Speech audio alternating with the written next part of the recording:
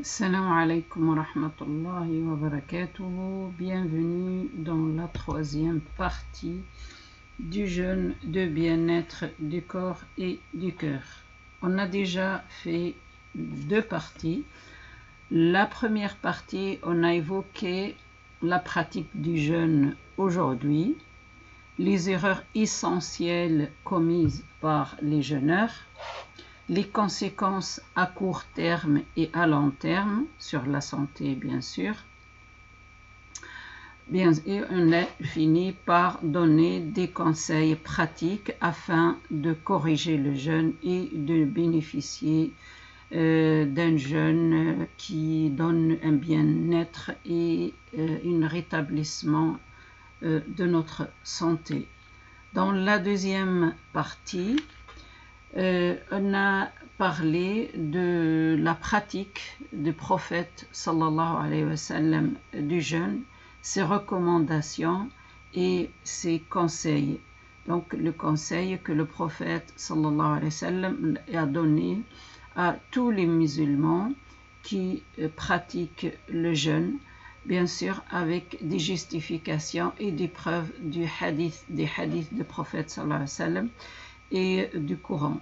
Aujourd'hui, on va traiter dans la troisième partie quel rôle joue le système digestif et urinaire dans le corps. Pourquoi on a parlé du système digestif et du système urinaire? C'est normal car le système digestif et le système urinaire ont un lien étroit avec le jeûne et on va voir plus tard tout doucement tout ça. Donc le premier organe de la digestion c'est la bouche, après le deuxième c'est l'estomac, l'intestin grêle comme troisième organe, le foie c'est un organe central et important dans la digestion, la vésicule biliaire, organe attaché et lié au foie qui concentre la bile et la stocke. Le pancréas est un organe important pareil dans la digestion et l'assimilation bien sûr. La rate c'est un organe pareil qui n'est pas trop connu mais c'est un organe important dans la digestion. Finalement le côlon, le dernier organe de notre tube digestif.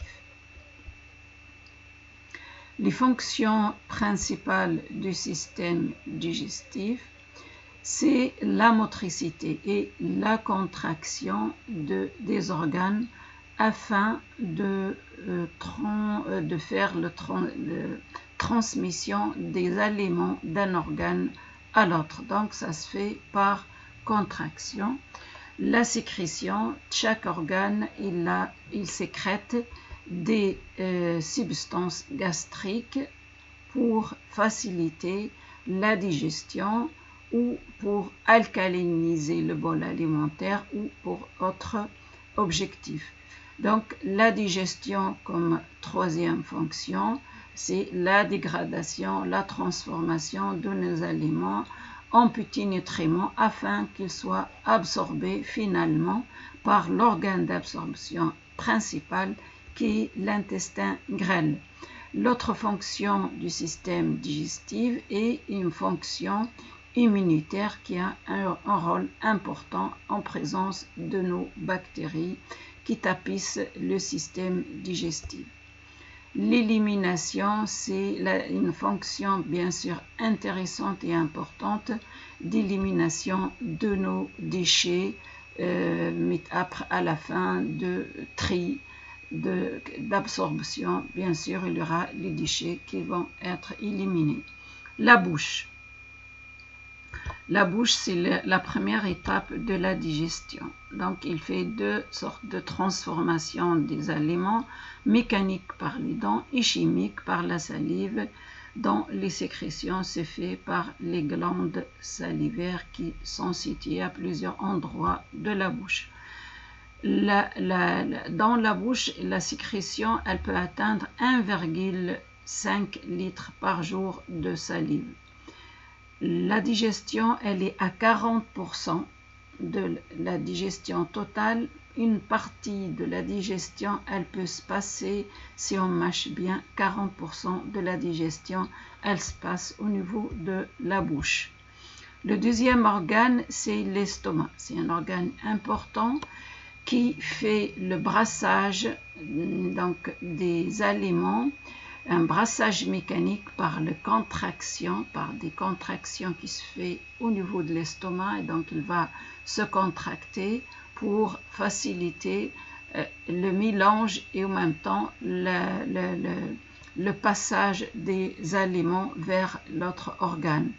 Et par même autres substances qui vont être sécrétées au niveau de l'estomac, ce sont des sucs gastriques dont le corps il va les sécréter afin, pareil, de dégrader les aliments. La digestion au niveau de l'estomac, elle peut atteindre 4 heures. Donc l'estomac, elle va laisser les aliments vont être brassés pendant 4 heures. Et c'est important là que lorsqu'on mange, il faut manger, l'estomac il s'arrête, après il va se fermer donc au niveau de cardia, donc le col qui passe entre l'œsophage et l'estomac, qui va se fermer pendant la digestion. Le fait de remanger encore, ça altère la digestion et en même temps ça ralentit la digestion. Lorsque nous on est en train de manger, l'estomac en bas il est fermé, en haut il est ouvert. Dès qu'on arrête, en haut il va se fermer et en bas il va s'ouvrir. Et tout doucement, et là les aliments passent par vagues. Donc il va sécréter l'estomac environ 2 litres par 24 heures de suc gastrique. Pardon. Les aliments qui vont arriver dans l'estomac et qui vont passer après dans l'intestin, passant par le duodénum, on appelle le chyme gastrique, et le chyme gastrique qui a un pH très acide. Ils vont passer par vagues au niveau du duodénum. Après le duodénum, les aliments ils vont subir une transformation encore chimique et ils vont arriver au niveau de l'intestin grêle. L'intestin grêle, c'est un milieu alcalin, donc le bol alimentaire qui est passé, qu'on appelle le chyme, il est passé au niveau du duodénum, il a subi des transformations par des sucs pancréatiques et hépatiques, donc par le foie et le pancréas, et il va être transformé pour arriver par vague au niveau de l'intestin. Donc l'intestin, c'est un milieu alcalin, il est très long, il mesure 7 mètres de longueur.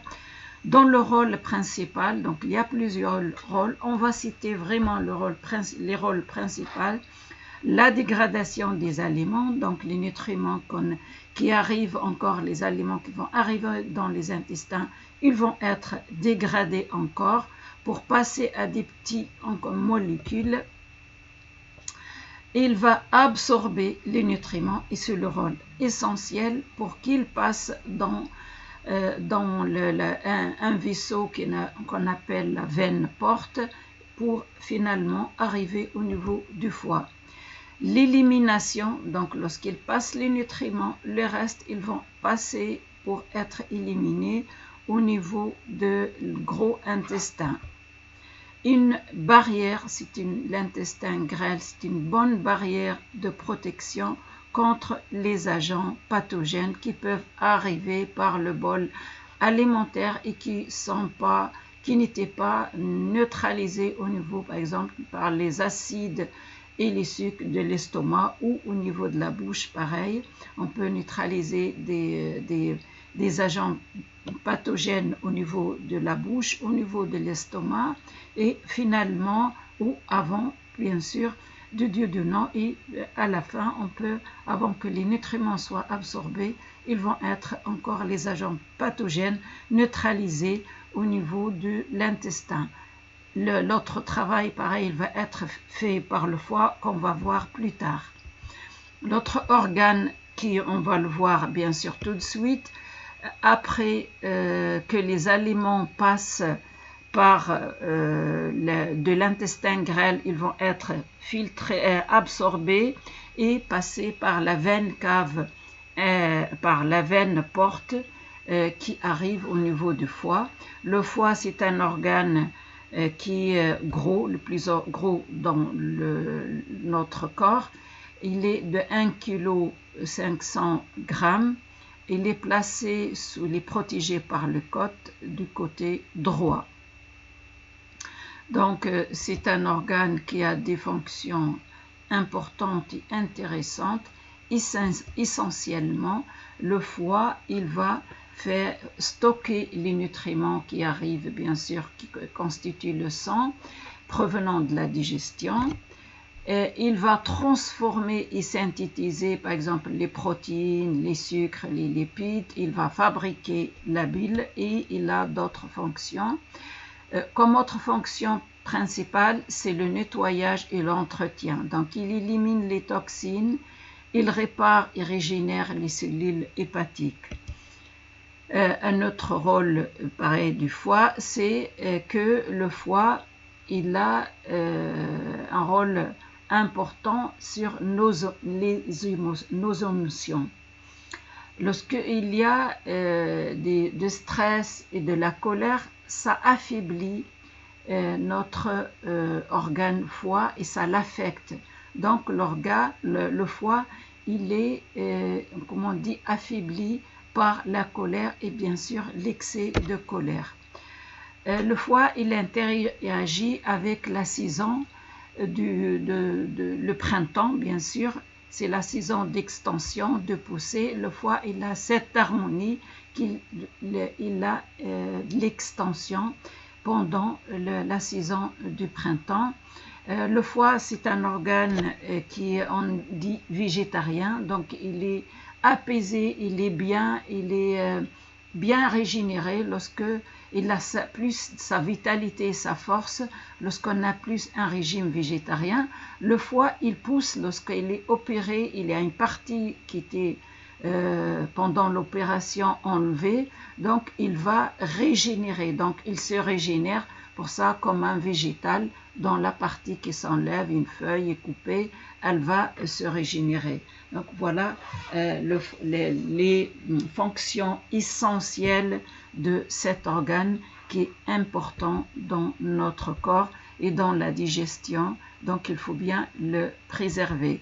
L'organe lié bien directement et collé au foie, c'est la vésicule biliaire, qui a un rôle de concentrer et de stocker la bile, qui est formée par les selles biliaires et le sécréter au moment de la digestion. Donc le fait d'enlever la vésicule biliaire, la bile, elle va couler toujours, le foie, il va toujours fabriquer de la bile pour qu'elle va être jetée au niveau intestinal.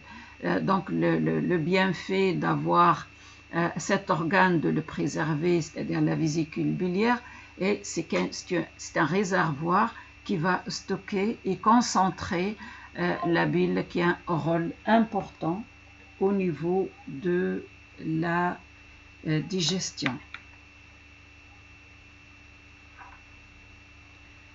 Donc on peut avoir de 0,5 à 0,7 litres de bile qui va être envoyée pendant la digestion et par jour, c'est-à-dire pendant 24 heures. L'organe qui vient après, c'est le pancréas. C'est un organe important qui a un rôle pareil, c'est une glande qui sécrète des sécrétions, qui fait des sécrétions exocrines et endocrines, qui peut sécréter jusqu'à 2 litres par jour. Comme sécrétion endocrine, c'est les sécrétions qui vont passer dans la circulation du sang, comme l'insuline, et des sécrétions exocrines, ce sont les sécrétions qui vont passer dans l'intestin et dans le tube digestif, comme le bicarbonate pour alcaliniser le chyme, c'est-à-dire le bol alimentaire qui est acide, qui arrive de l'estomac vers l'intestin. Elle fractionne comme rôle les protéines, les glucides et les lipides. Voilà le rôle principal du pancréas, comme elle synthétise, comme on a dit, l'insuline qui facilite l'absorption ou l'assimilation des sucres dans la cellule. Donc il laisse passer le sucre dans la cellule pour que la cellule a son carburant. La rate. Donc la rate, c'est un organe lymphatique. Il pèse 200 grammes, central en médecine traditionnelle chinoise. C'est un organe qui est pas trop, on va dire, pas trop d'études en médecine conventionnelle. C'est un organe du système important et essentiel dans le système immunitaire. Il joue un rôle dans la maturation du globule rouge. Il purifie le sang. Il élimine les déchets comme les globules rouges dégradés ou inutilisables, les plaquettes détériorisées, les virus, les débris des cellules. Donc, il va faire tout ce rôle. Le côlon. Le côlon, c'est un organe, donc le dernier organe du tube digestif. Il mesure 1,5 mètres. Il a comme rôle d'absorber l'eau, donc les déchets qui arrivent de l'intestin grêle, ils vont être encore liquides. Au niveau de la gros intestin, il va continuer à absorber l'eau pour avoir des selles sèches, pas trop sèches, mais plus ou moins sèches. Il élimine les déchets, donc il va donc éliminer les déchets. Il va digérer les fibres, donc c'est pas lui, c'est les bactéries qui sont présentes dans le côlon, ils vont digérer les parties qui n'étaient pas digérées au niveau des parties des nutriments ou d'aliments qui n'étaient pas digérés au niveau de l'intestin grêle, comme par exemple les fibres alimentaires. Il est important dans le développement du système immunitaire suite aux présences, bien sûr, des bactéries dont on va parler après. Donc, les synthèses de vitamine K et de vitamines de groupe B se font au niveau du gros intestin, du côlon. Aujourd'hui, puisqu'on a parlé de cette partie finale de gros intestin, dont il renferme une grande partie de la flore intestinale, où on appelle la microbiote intestinale.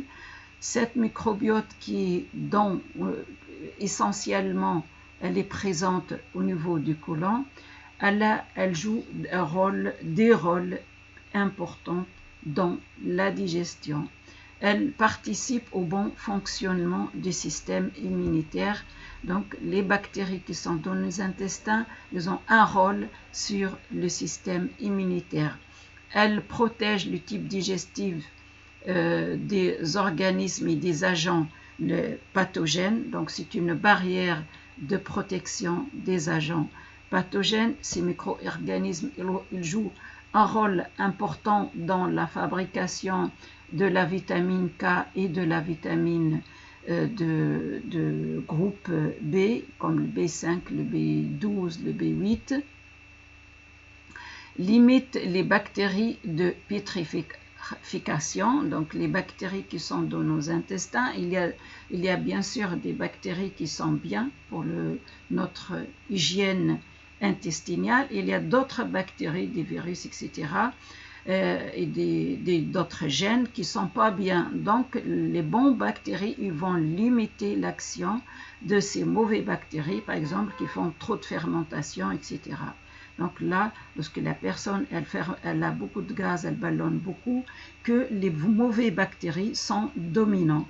Et les mauvaises bactéries, ils sont nourris par des aliments comme le sucre, comme les pâtes et les farines raffinées, comme l'excès de viande, l'excès de protéines animales, alors que les bonnes bactéries sont nourries par le végétal, par les fibres et par les bons probiotiques.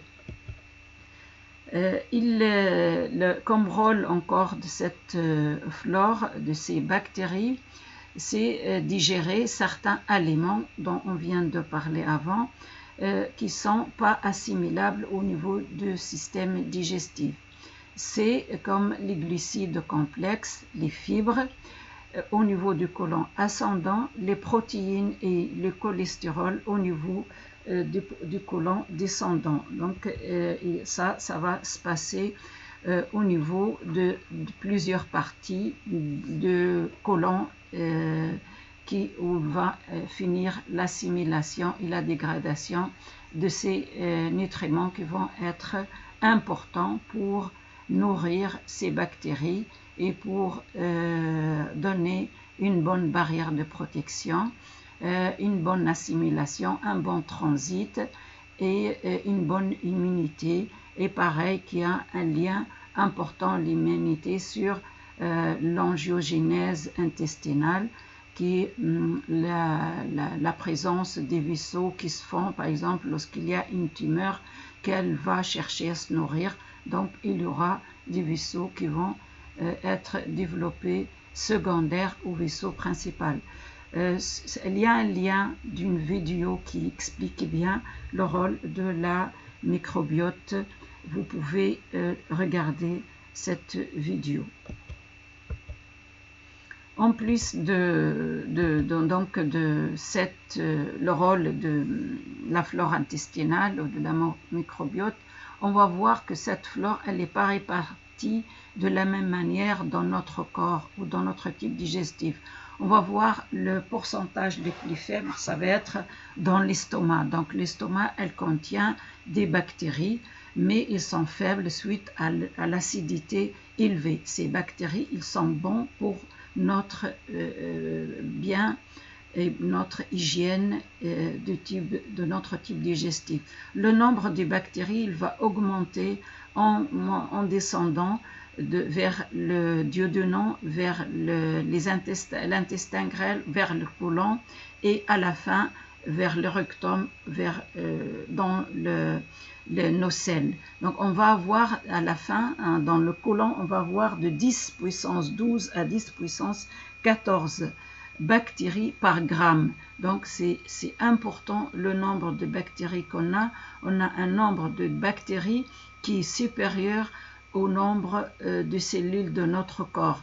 Tous ces bactéries, ils ont un rôle important. Il y a des mauvaises bactéries, mais ils sont dominés par les bonnes bactéries qui eux-mêmes jouent un rôle important pour nous protéger des virus, des autres mauvaises bactéries, des champignons, de tout ce qui est germe pathogène qui peut léser notre corps ou qui peut s'infiltrer et passer dans le sang pour faire des lésions et des maladies graves et chroniques dans notre corps, comme des maladies auto-immunes.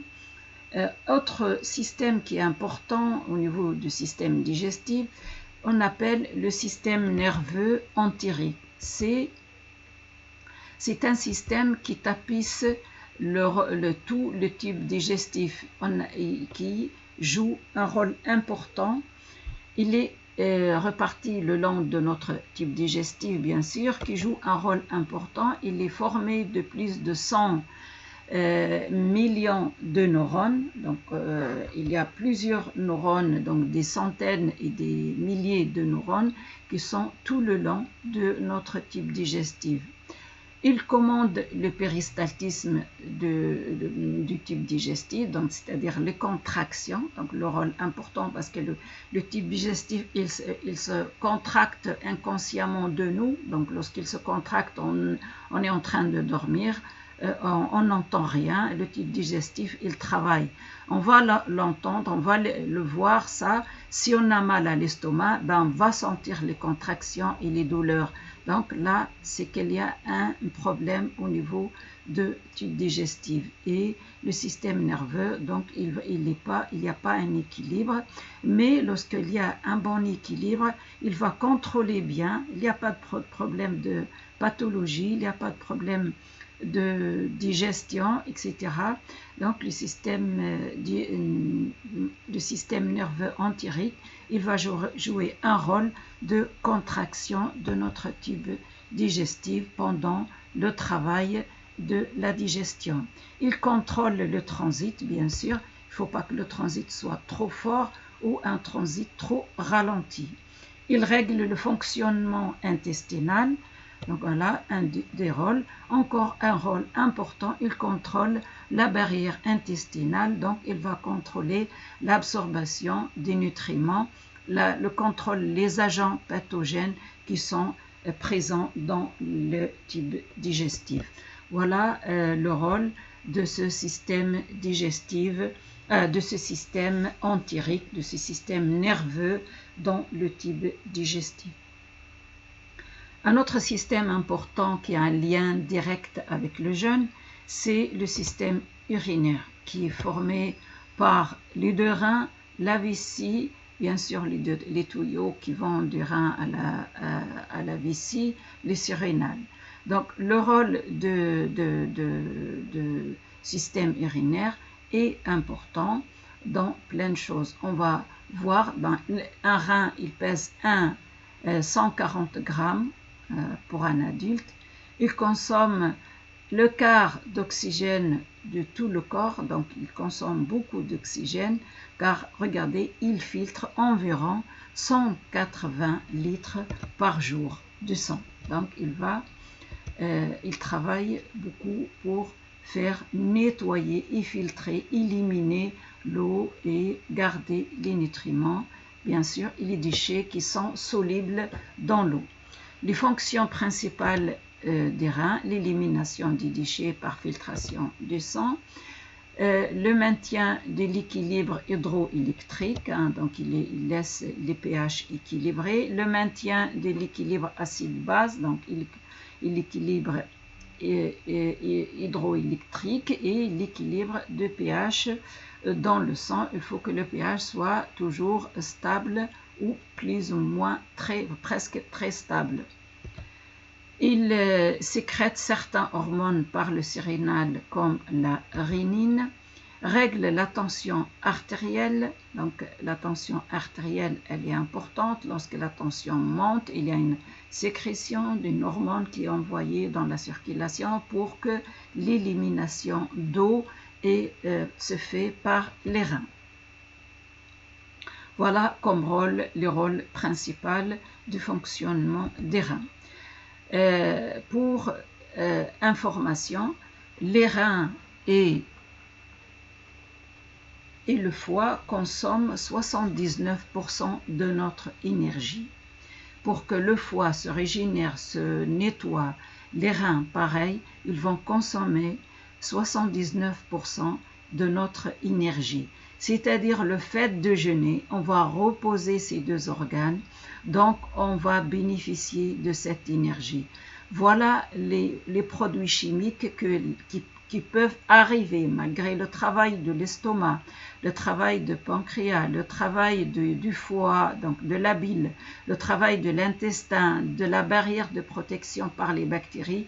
Il y a des produits chimiques et des germes pathogènes et des produits polluants qui vont passer, c'est des nanos, des micromolécules qui vont être infiltrés dans la circulation du sang et qui vont arriver au niveau du foie. Dans le foie, il est obligé de les traiter pour l'éliminer, comme les solvants chimiques, comme la pollution par inhalation qu'on respire ou qui passe par les voies, par la bouche, comme les pesticides qu'on trouve dans les légumes et les fruits qu'on mange qui sont traités. Les médicaments, pareil, ce sont des molécules, c'est des poisons pour le foie, donc qui vont être éliminés et transformés.